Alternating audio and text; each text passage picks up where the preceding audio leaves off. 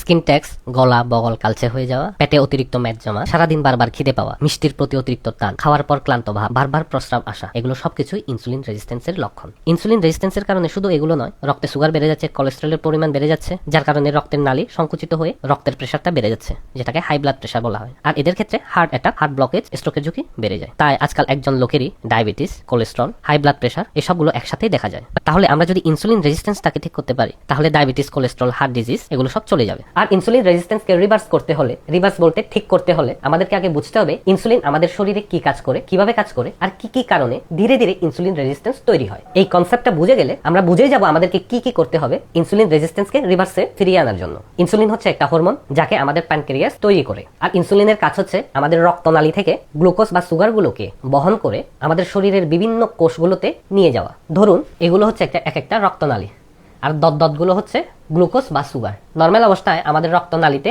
কয়েকটা মাত্র সুগার পড়ে থাকে, আর ভাত বা শর্করা জাতীয় খাবার খাওয়ার পর সেই শর্করাগুলোকে আমাদের শরীর গ্লুকোজে তৈরি করে। তখন গ্লুকোজের বা সুগারের পরিমাণ বেশি করে বেড়ে যায়। এটা অল্প ছিল, বেড়ে গেল ভাত খাওয়ার পর। তখন প্যানক্রিয়াস 40 থেকে 50টার মতো ইনসুলিন পাঠিয়ে দেয়। আর সেই ইনসুলিনগুলো এই রক্তনালী থেকে সুগারগুলোকে নিয়ে এই কোষগুলোতে এই দরজার মাধ্যমে ঢুকিয়ে দেয়। ইনসুলিন কোষকে বলে এই দরজাটা খুলে দিতে, তারপর কোষ দরজা খুলে দেয়, তারপর সুগারগুলোকে কোষে ঢুকিয়ে দেয়। আর এখানে বায়োকেমিক্যাল রিঅ্যাকশনের ফলে আমাদের শরীরে শক্তি তৈরি হয়। এই শক্তির মাধ্যমে আমি আজকে কথা বলছি, নড়াচড়া করছি, সব কাজগুলো করছি। আর আমরা যখন বেশি বেশি করে ভাত খাই, সাথে আরো মিষ্টি জাতীয় খাবার খাই, তখন সেগুলোকে আমাদের শরীর গ্লুকোজে পরিণত করে অনেকগুলো সুগার হয়ে যায় আমাদের রক্তনালীতে। আর তখন বেশি পরিমাণ গ্লুকোজকে বহন করতে বেশি পরিমাণ ইনসুলিনও লাগে প্যানক্রিয়াস, যার কারণে বেশি করে ইনসুলিন তৈরি করে। আর সেগুলোকে কোষগুলোতে ঢুকায়, আর শক্তি আরো বেশি করে তৈরি হয় আমাদের শরীরে। আর শক্তি বেশি করে তৈরি হলে সেই শক্তিটাকে আমরা যদি খরচা না করি, মানে সেদিন আমরা যদি এক্সট্রা এক্সারসাইজ, ফিজিক্যাল অ্যাক্টিভিটি না করি, তখন কিছু শক্তি বেঁচে যায়। সেই এক্সট্রা শক্তিকে ইনসুলিন আমাদের শরীরে ফ্যাট হিসেবে জমা করে রাখে, স্পেশালি আমাদের পেটের বেলি ফ্যাটে। আর এটা যদি প্রতিদিন হয় আর দীর্ঘ বছর ধরে হয়, তখন আমাদের পেটের ফ্যাটটা আস্তে আস্তে করে বাড়তে থাকে। তাই পেট বড় হয়, স্পেশালি পেটেই জমা করে রাখে। আরো এক্সট্রা শক্তি বেঁচে গেলে সেটাকে আরো শরীরের অন্যান্য জায়গায় পাঠায়। তাহলে পেট বড় হওয়ার কারণ বুঝে গেলেন। অতিরিক্ত বেশি শর্করা জাতীয় আর মিষ্টি জাতীয় খাবার খাওয়া। পেট কমাতে হলে মিষ্টি জাতীয় খাবার একদম বন্ধ করতে হবে, আর শর্করা জাতীয় খাবার অল্প রাখতে হবে। আর খুব কম শর্করা জাতীয় খাবার খেলে তাহলে শক্তি কম তৈরি হবে। তখন দৈনন্দিন কাজগুলো করতে সেই জমা হওয়া ফ্যাটগুলো থেকে আমাদের শরীর শক্তিগুলোকে টানবে, আর শরীরের ফ্যাটটা তখন কমতে শুরু করবে। তাই ডেইলি 12 থেকে 16 ঘন্টার মতো ইন্টারমিটেন্ট ফাস্টিং করতে বলা হয়। তার মানে ইনসুলিনের কাজটা বুঝে গেলেন। রক্তনালী থেকে সুগারগুলোকে কোষকে বলে দরজা খুলে কোষের ভিতরে ঢুকিয়ে শক্তি তৈরি করা, যে শক্তিটা আমাদের দৈনন্দিন জীবনে কাজকর্মগুলো করতে লাগে। এক্সট্রা শর্করা বা মিষ্টি জাতীয় খাবার খেলে আমাদের শরীরে এক্সট্রা গ্লুকোজ তৈরি হবে। গ্লুকোজকেই সুগার বলা হয়। আর রক্তে এক্সট্রা গ্লুকোজ হয়ে গেলে সেগুলোকে বহন করতে এক্সট্রা ইনসুলিন লাগবে। আর এক্সট্রা ইনসুলিন লেগে গেলে আমাদের প্যানক্রিয়াসকে বেশি করে কাজ করতে হচ্ছে, যার কারণে আমাদের শরীরে বেশি করে শক্তি জন্মাচ্ছে। আর এক্সট্রা শক্তি তৈরি হওয়ার কারণে আমাদের শরীরে এক্সট্রা বেলি ফ্যাট জমে যাচ্ছে।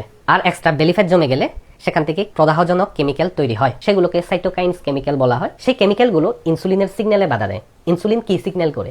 রক্ত থেকে সুগারগুলোকে ইনসুলিন যখন বহন করে কোষে নিয়ে যায়, সেখানে কোষকে বলে দরজাটা খুলে দিতে। কোষ দরজা খুলে দেবে, তবে গিয়ে তারা ঢুকতে পারবে। আর দরজা বন্ধ থাকলে সুগারগুলো সেই রক্তেই পড়ে থাকবে। এই যে ইনসুলিন কোষকে বলে দরজা খুলে দেওয়ার জন্য বেলি ফ্যাট থেকে যে কেমিক্যালগুলো তৈরি হয়, সেই কেমিক্যালগুলো সেই সিগন্যালটাকে বাধা দেয়।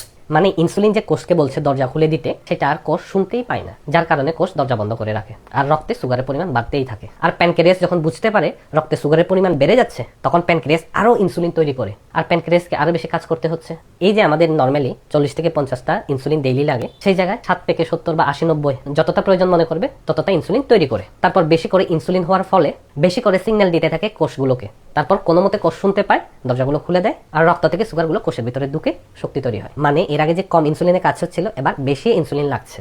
মানে ইনসুলিনের সেন্সিটিভিটিটা কমে গেছে, আর ইনসুলিন রেজিস্ট্যান্সের দিকে এগিয়ে যাচ্ছে। আর এই প্রসেসটা দীর্ঘ বছর ধরে চলতে চলতে একদিন প্যানক্রিয়াস দুর্বল হয়ে যায়। যতটুকু ইনসুলিন তৈরি করতে হবে ততটুকু ইনসুলিন আর তৈরি করতে পারে না, আর এটাকে ইনসুলিন রেজিস্ট্যান্স বলা হয়। সেই কেমিক্যালগুলো যে ইনসুলিনের সিগন্যালগুলোকে বাধা দিচ্ছে, তখন আমাদের লিভারও ইনসুলিনের সিগন্যালটাকে শুনতে পায় না। আর লিভার যখন ইনসুলিনের সিগন্যালটাকে শুনতে না পায়, সে শুধু গ্লুকোজ তৈরি করে না, সাথে আমাদের শরীরে কোলেস্ট্রলও তৈরি করে। তখন রক্তে কোলেস্ট্রলের পরিমাণও বেড়ে যায়। আর রক্তে কোলেস্ট্রলের পরিমাণ বেড়ে গেলে আমাদের রক্তনালীতে রক্তের চাপটা বেড়ে যায়, যেটাকে ব্লাড প্রেশার বলা হয়, হাই ব্লাড প্রেশার। আর এটা দীর্ঘ বছর ধরে চলতে থাকলে হার্ট অ্যাটাক, হার্ট ব্লকেজ, স্ট্রোকের ঝুঁকি বেড়ে যায়। আর দীর্ঘ বছর ধরে এই যে আমাদের প্যানক্রিয়াসটা ইনসুলিন তৈরি করেই যাচ্ছে, একটা সময় গিয়ে দুর্বল হয়ে পড়ে। তখন আর ইনসুলিন তৈরি করার ক্ষমতা আর থাকে না। আর তখন আমাদেরকে বাইরে থেকে ইনসুলিন হরমোন নিতে হয়, সেটাকে টাইপ 2 ডায়াবেটিস বলা হয়। মানুষের বেশিরভাগ ক্ষেত্রেই টাইপ 2 ডায়াবেটিসটা বেশি দেখা দেয়, যেটা আমাদের অতিরিক্ত খাওয়ার ফলে আর ফিজিক্যাল এক্সারসাইজ না করার কারণে ধীরে ধীরে দীর্ঘ বছর পরে তখন গিয়ে টাইপ 2 ডায়াবেটিসটা দেখা দেয়। আর আরেকটা কথা বলতে ভুলে গেছিলাম,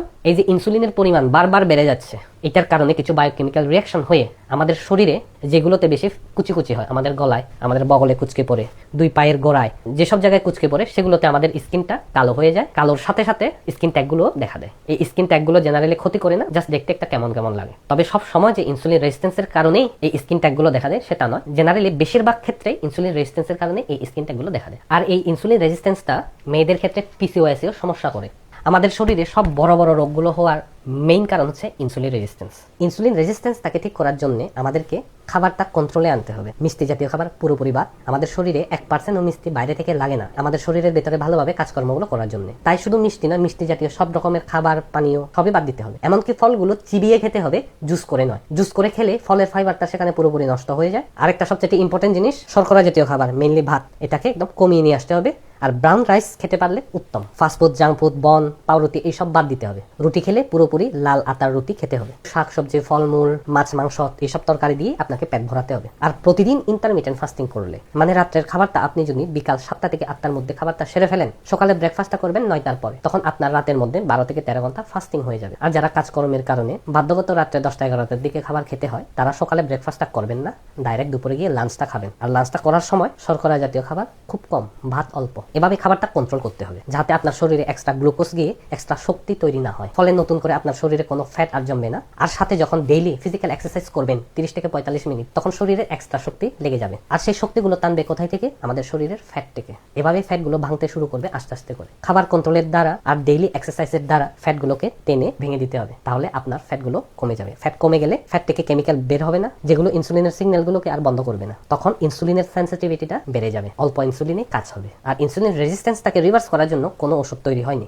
এই ইনসুলিন রেজিস্ট্যান্সটাকে রিভার্সে ফিরিয়ে আনার জন্য সবচেয়ে ভালো ওষুধ গবেষণায় বলা হয়েছে ডেইলি এক্সারসাইজ করা আর মিষ্টি ও শর্করা জাতীয় খাবারটাকে কন্ট্রোল করা, আর ডেইলি পর্যাপ্ত পানি পান করা, সাথে ডেইলি 7 থেকে 8 ঘন্টা মিনিমাম ঘুমানো রাতে। এটা আপনি 3 মাস করে দেখুন। 3 মাসে আপনার ইনসুলিন রেজিস্ট্যান্সটা অনেকটা ফিরে আসবে ব্যাকে। ডায়াবেটিস, কোলেস্ট্রল, ব্লাড প্রেশার সব নর্মাল লেভেলে নেমে চলে আসবে। যারা ইনসুলিন নিচ্ছিলেন, ইনসুলিন ছাড়তে হবে। হাই ব্লাড প্রেশার ওষুধ ছাড়তে হবে। কোলেস্ট্রল ওষুধ ছাড়তে বাধ্য করবে, তখন আপনার শরীর বাধ্য করবে তখন, কিন্তু স্কিন ট্যাগগুলো যাবে না। তবে স্কিনগুলো যে কালচে কালচে হয়েছে সেগুলো কমে আসবে।